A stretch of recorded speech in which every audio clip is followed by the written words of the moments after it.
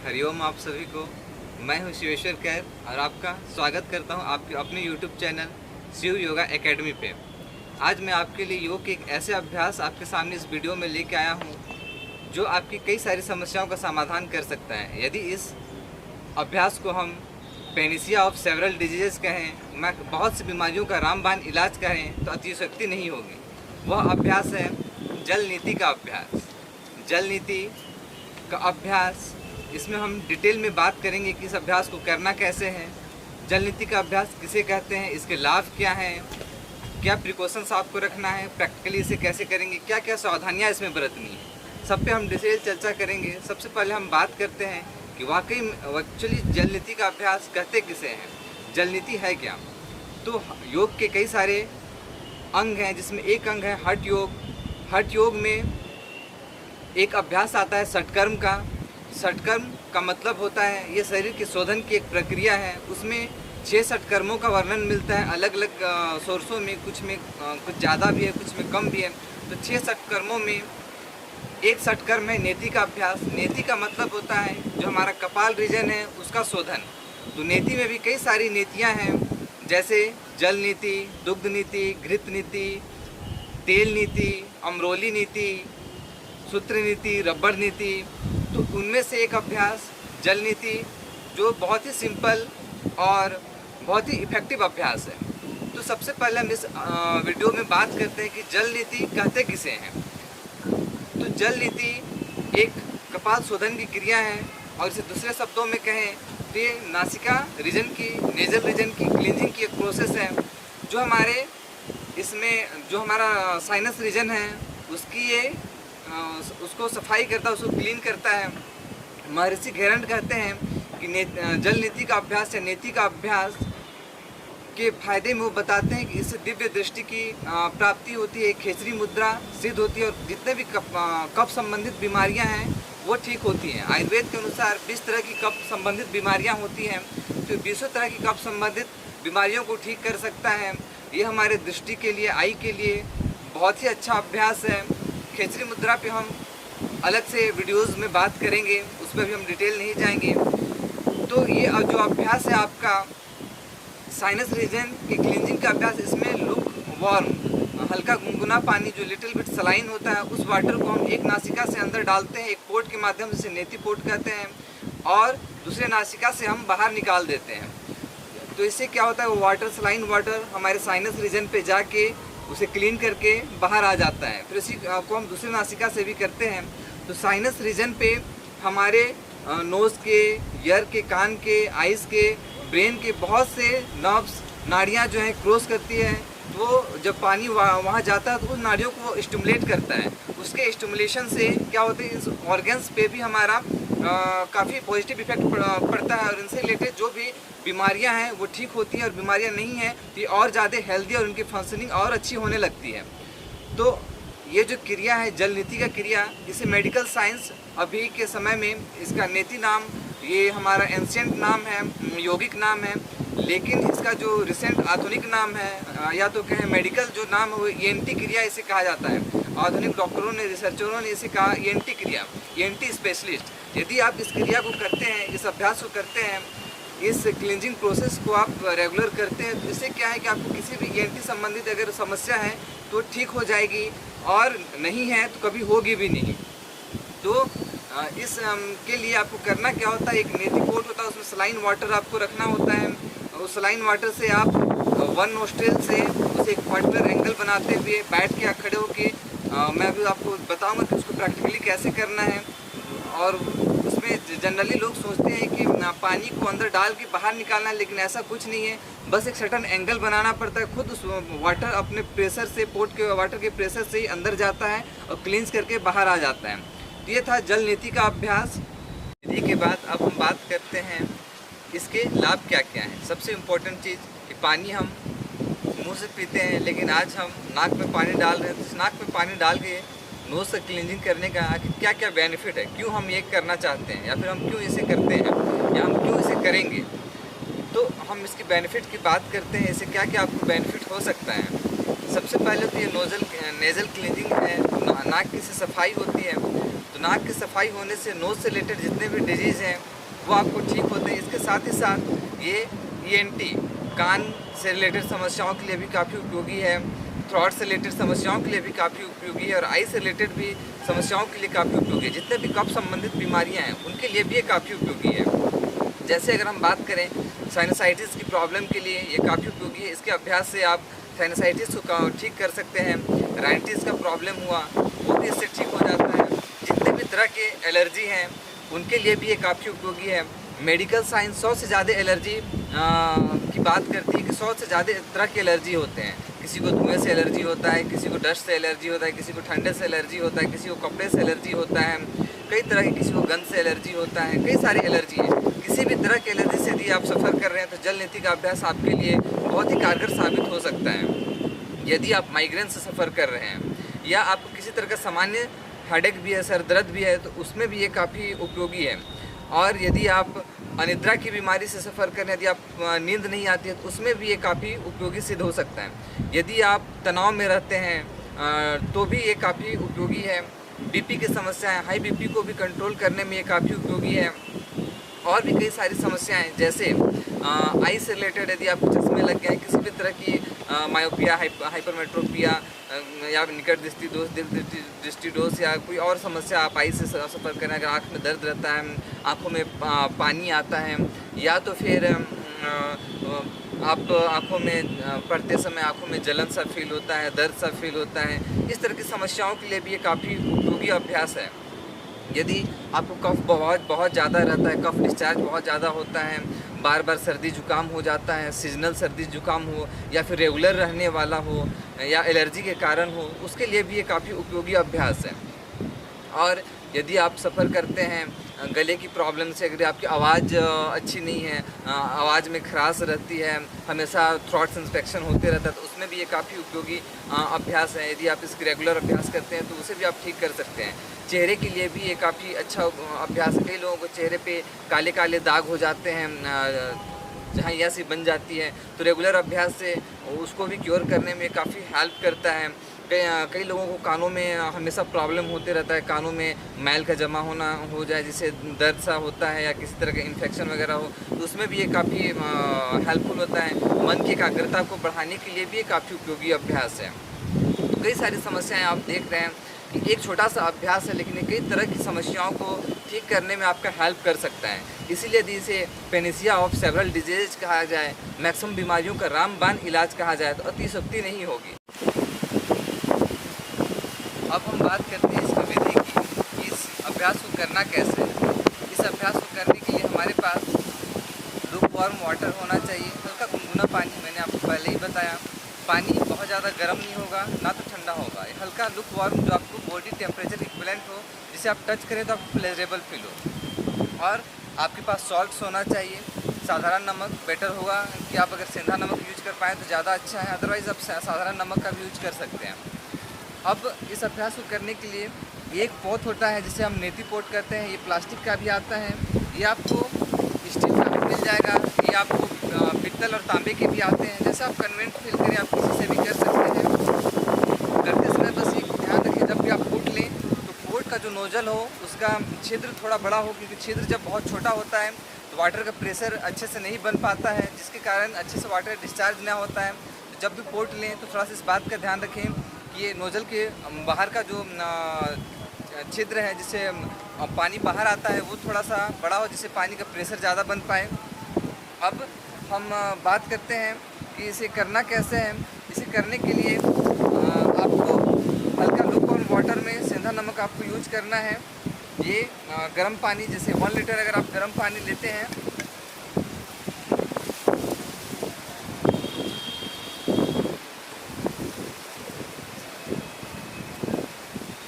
1 litre, ये मैंने आपको गर्म पानी लिया। 1 लीटर गर्म पानी में हल्का लुकवार्म वाटर पे, गुनगुना पानी पे लगभग ये टीस्पून है, टीस्पून में बहुत ज़्यादा आप नमक नहीं लेंगे, लगभग आधी चम्मच नमक सफिशिएंट होता है। आधी चम्मच नमक डाल के आपको ध्यान रखना कि पानी जो हो क्लीन हो, ड्रिंकिंग वाटर हो, और नमक को पानी में अच्छे से घोल लेना है, पानी अच्छे से घुल जाए, इस बात का भी आपको ध्यान रखना है।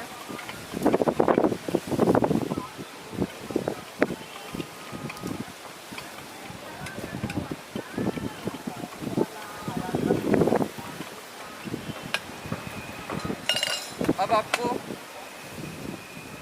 एक बात और ध्यान रखना है, जब आप पानी पोर्ट पे लें तो पोर्ट को कोशिश करें पूरा ना भरें। पोर्ट को पूरा भरने पे क्या होता है, पानी बाहर से, चूँकि पोर्ट को थोड़ा सा टिल्ट करना पड़ता है, तो अगर आप पोर्ट को पूरा भर देंगे तो पानी ऊपर से बाहर आने लगता है। तो पोर्ट को आप लगभग आधी ही भरेंगे या आधी से थोड़ी सी ज़्यादा भर सकते हैं। जल नीति का अभ्यास हम 2 पोस्चर में कर सकते हैं, बैठ के भी कर सकते हैं, खड़े होके भी कर सकते हैं। खड़े होके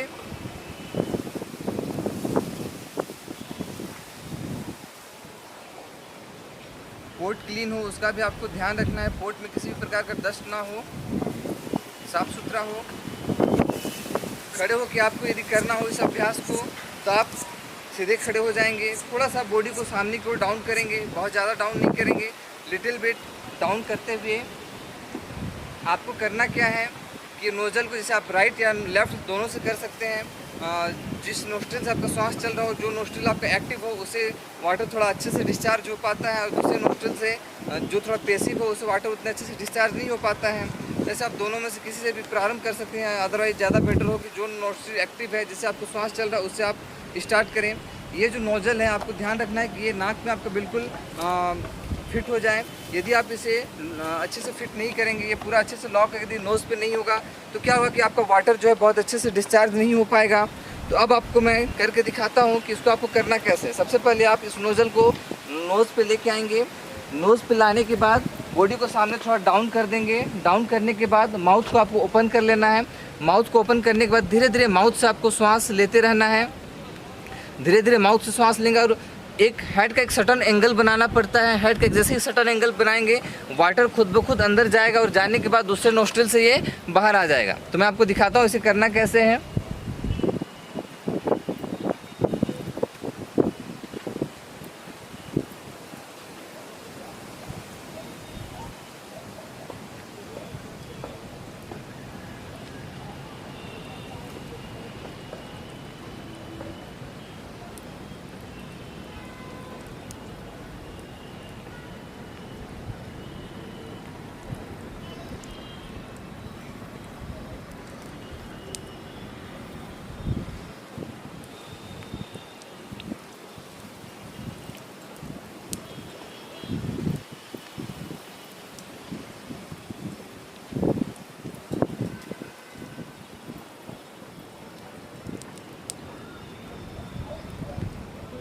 वाटर वो नोज से जाके दूसरे नोज से बाहर आ जाता है।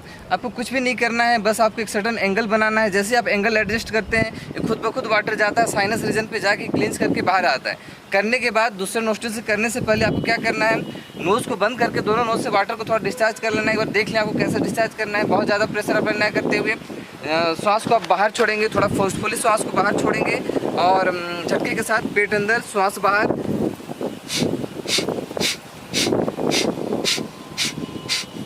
सिंगल एक से करने के बाद दूसरे नोस्ट्रिल से सेम विधि से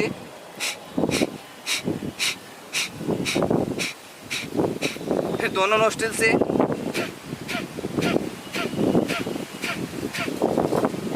वाटर डिस्चार्ज करने के बाद थोड़ा सा नोज़ को ड्राई कर लेंगे।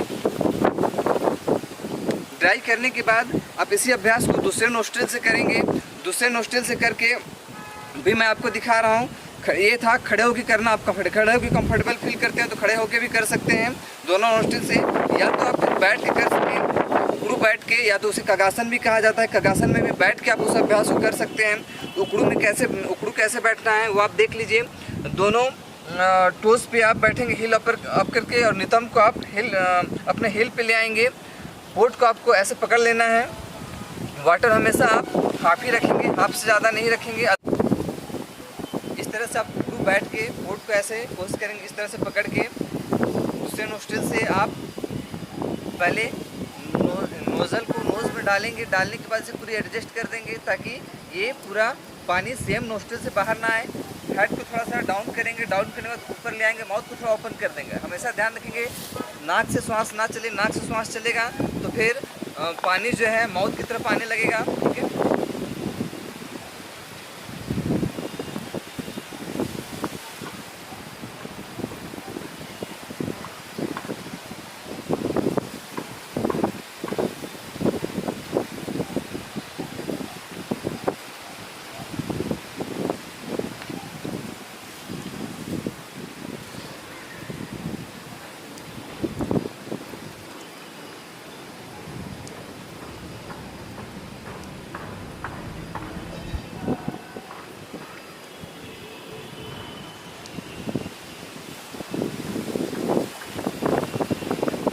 तरह से आपको वन नोज से पोर्ट को अंदर रखते हुए थोड़ा सा होल्ड कर लेना। दूसरे नोस्ट्रिल से बिल्कुल आराम से पानी अंदर आएगा। आप नोमी से तो थोड़ा सा आपको अनकम्फर्टेबल फील हो सकता है, लेकिन एक बार जैसे ही आपकी प्रैक्टिस हो जाए आप इजीली इस अभ्यास को कर सकते हैं। किसी प्रकार का कोई दिक्कत नहीं होता है। लेकिन करने के बाद आपको वाटर को अच्छे से डिस्चार्ज कर लेना है। फिर से सेम विधि से आप वाटर को बाहर निकालेंगे।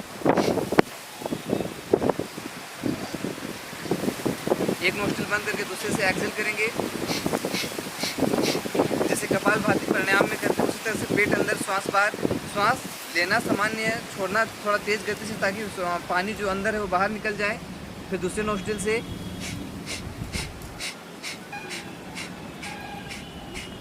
फिर दोनों नोस्ट्रिल से एक साथ। इसी अभ्यास को आप 2 से 3 बार रिपीट कर लेंगे। फिर नोज को ड्राई कर लेंगे। ध्यान रखेंगे बॉडी को सामने पैरेलल लाने के बाद वन नोस्ट्रिल को बंद करेंगे। कोशिश करेंगे 10 टाइम सामान्य श्वास लेते हुए एक्सेल करें। दूसरे नोस्ट्रिल से फिर दोनों नोस्ट्रिल से।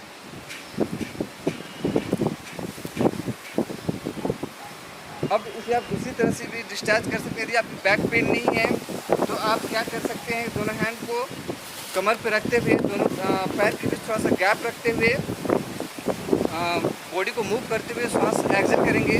जब डाउन जाएंगे श्वास छोड़ेंगे, जब ऊपर आएंगे श्वास लेंगे। जब श्वास लेंगे तो सामान्य श्वास लेंगे और जाएंगे तो थोड़ा फोर्स के साथ श्वास छोड़ेंगे, चाहे ताकि जो पानी अंदर है वो बाहर निकल जाए। इस तरह से एक बार देख लें।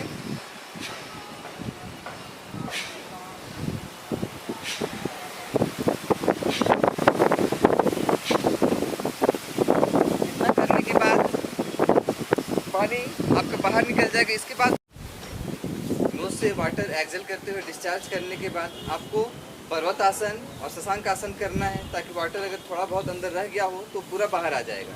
तो पर्वत आसन और शशांक आसन कैसे करेंगे वो देखते हैं। उसके बाद कुछ देर आप कपालभाति कर लेंगे, जिससे आपका नोज ड्राई हो जाएगा। तो आइए देखते हैं कि आपको पर्वत आसन पहले करना है। पर्वत आसन आप कैसे करेंगे।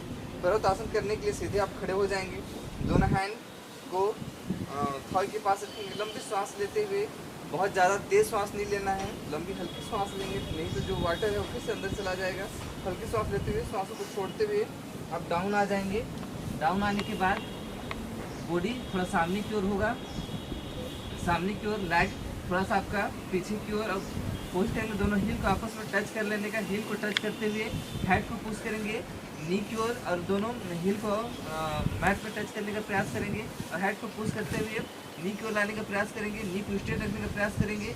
सामान्य श्वास चलने देंगे और कुछ सेकंड के लिए इस अवस्था में बने रहने का प्रयास करेंगे जब तक आप कंफर्टेबल फील करें।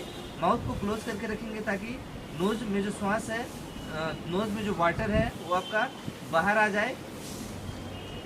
कुछ सेकंड होल्ड करने का प्रयास करें जब तक आप होल्ड कर पाएँ। होल्ड करें, फिर धीरे धीरे शशांक आसन। दोनों आप देख सकते हैं नोज में जो वाटर था वो बाहर आने लगा। ठीक है, फिर आप वज्रासन में बैठ जाएंगे और शशांक आसन। फिर से इनहेल, नॉर्मल इनहेल करते हुए ऊपर की ओर, सांस छोड़ते हुए एक्सेल करते हुए सामने की ओर। अगर कुछ वाटर बचा होगा अभी भी वो बाहर आ जाएगा। इस अवस्था में आने के बाद आप सामान्य श्वास चलने देंगे। माउथ को क्लोज रखेंगे। नोज से नॉर्मल ब्रीदिंग। अगेन कुछ सेकंड होल्ड करने का प्रयास करेंगे।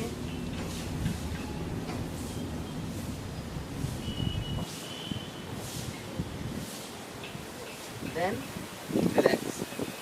अगर अभी भी आपको लग रहा है कि नोज से पानी आ रहा है तो आप इसको फिर से रिपीट कर लेंगे। और अगर लग रहा है कि नोज से पानी नहीं आ रहा है, पानी जो है कम्प्लीटली डिस्चार्ज हो गया है, वाटर को एक्सेल करने के बाद और पर्वतासन और शशांक आसन करने के बाद देन आप फॉलोड बाय कपालभाति प्राणायाम कर लेंगे। और अगर लगता है कि अभी भी नोज से वाटर आ रहा है और वाटर आपका अंदर है, फिर से 1 राउंड 2 राउंड आप इसे रिपीट कर लेंगे। अब मैं आपको बताता हूँ कि आपको कपालभाति प्राणायाम करना कैसे है। कपालभाति प्राणायाम के लिए आप किसी भी आसन में बैठ सकते हैं। वज्रासन में भी बैठ सकते हैं, सिद्धासन में बैठ सकते हैं, या तो आप चाहें तो आप सुखासन में भी कर सकते हैं, पद्मासन में कर सकते हैं, किसी भी ध्यान के आसन में आप बैठ के कर सकते हैं। ये वज्रासन है, मैं वज्रासन में कर रहा हूँ। आपको श्वास को बाहर छोड़ना है और पेट अंदर। श्वास लेने की जो क्रिया होगी वो आपका पैसिव होगा, और श्वास छोड़ने का जो क्रिया होगा वो आपका एक्टिव होगा। मतलब फोर्स के साथ श्वास बाहर छोड़ेंगे और नॉर्मली श्वास अंदर आने देंगे। जब श्वास बाहर छोड़ेंगे तो पेट अंदर, बॉडी में बहुत ज़्यादा मूवमेंट ना हो, थोड़ा सा फोर्स के साथ श्वास को बाहर छोड़ेंगे, ताकि अगर वाटर थोड़ा बहुत हो भी अंदर तो वो बाहर आ जाएगा, वो बाहर निकल जाएगा और नोज़ भी आपका डिस्चार्ज हो जाएगा। एक बार देख लें आपको करना कैसे है।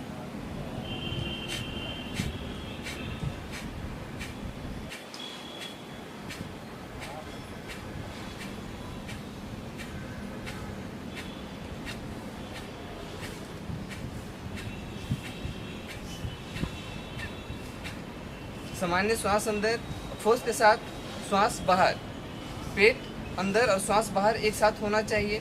ये आप 40 से 60 बार तक करें। लगता है कि वाटर डिस्चार्ज हो चुका है, पूरा कंप्लीटली नोज ड्राई हो चुका है, फिर दोबारा करने की ज़रूरत नहीं है। और लगता है कि नहीं हुआ है तो फिर कुछ सेकेंड और आप सेकेंड राउंड एक बार फिर से आप रिपीट कर लेंगे। अब अंततः हम बात करते हैं इसमें क्या क्या आपको सावधानी रखनी है। जल नीति का अभ्यास करते हुए आप किन किन बातों का सावधानी रखनी है। जैसे कि आपने देखा, ये एक बहुत ही सिंपल सा अभ्यास है और बहुत ही इफ़ेक्टिव है। सिंपल भी है लेकिन इफ़ेक्टिव भी उतना ही है। हमने देखा कि ये कई सारी बीमारियों को ठीक कर सकता है। इवन जिसे मेडिकल साइंस कहता है कि ये लाइलाज बीमारी है, इसे हम मैनेज कर सकते हैं, कंट्रोल कर सकते हैं, ठीक नहीं कर सकते। अस्थमा जैसी बीमारियां जिसे हम दमा भी कहते हैं, वैसे बीमारियों को भी जल नीति के अभ्यास से हम कंट्रोल कर सकते हैं। इन्हेलर तक की लेने की ज़रूरत नहीं पड़ती है। ऐसे लोग जो 2 से 3 टाइम तक इन्हेलर लेते थे, उन्होंने जब जल नीति का अभ्यास किया तो उन्हें इन्हेलर लेने की ज़रूरत नहीं पड़ी। इन्हेलर लेना उनका ठीक हो गया और अस्थमा तक कंट्रोल हो गया। और भी ऐसे कई सारी गंभीर बीमारियों के लिए मैंने आपको पहले ही बता चुका है, इसके लाभ में ये बेनिफिशियल है। तो इतना इफ़ेक्टिव अभ्यास है, लेकिन भी इन अभ्यास को कुछ सावधानी के साथ करना ज़रूरी है। आपको अगर आप इन सब बीमारियों से सफ़र कर रहे हैं तो इस अभ्यास को आप कर सकते हैं, लेकिन कुछ सावधानियां भी इसमें आपको बरतनी है।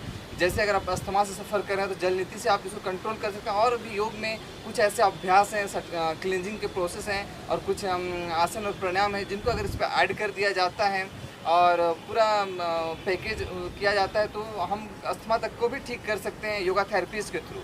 अब हम बात करते हैं कि इसमें हमें सावधानी क्या क्या रखना है, किन किन बातों का ध्यान रखना है। सबसे पहले तो आप अगर जल नीति का अभ्यास करते हैं तो आपको ये ध्यान रखना है कि जो हम वाटर यूज करते हैं वो क्लीन हो, ड्रिंकिंग वाटर हो, गंदा वाटर ना हो। और दूसरा चीज़ कि बहुत ज़्यादा गर्म ना हो।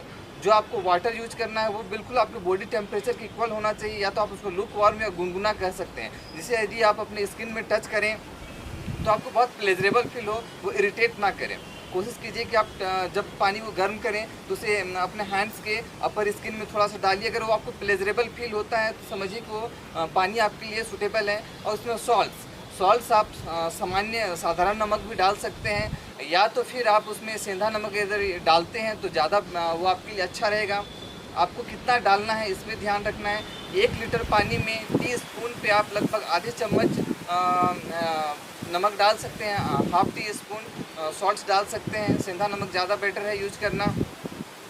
और नेक्स्ट जो आपको चीज़ों का ध्यान रखना वो ये ध्यान रखना, अगर आप बिगनर हैं, पहली बार अभ्यास कर रहे हैं, तो थोड़ा सा जब पानी फर्स्ट टाइम अंदर जाता है तो थोड़ा सा जलन सा फील होता है, तो उसमें कोई डरने वाली बात नहीं होती है। वो 1-2 अभ्यास के बाद नॉर्मल हो जाता है। लेकिन यदि पानी ज़्यादा गर्म है, या तो नमक आपने ज़्यादा रख लिया है, या तो आप नमक यूज नहीं किया, फिर नॉर्मल पानी से यूज कर रहे हैं, तो थोड़ा सा आपको जलन सा फील हो सकता है, अंदर दर्द सा फील हो सकता है, अंदर की झीलों में थोड़ा सा इरिटेशन सा फील हो सकता है।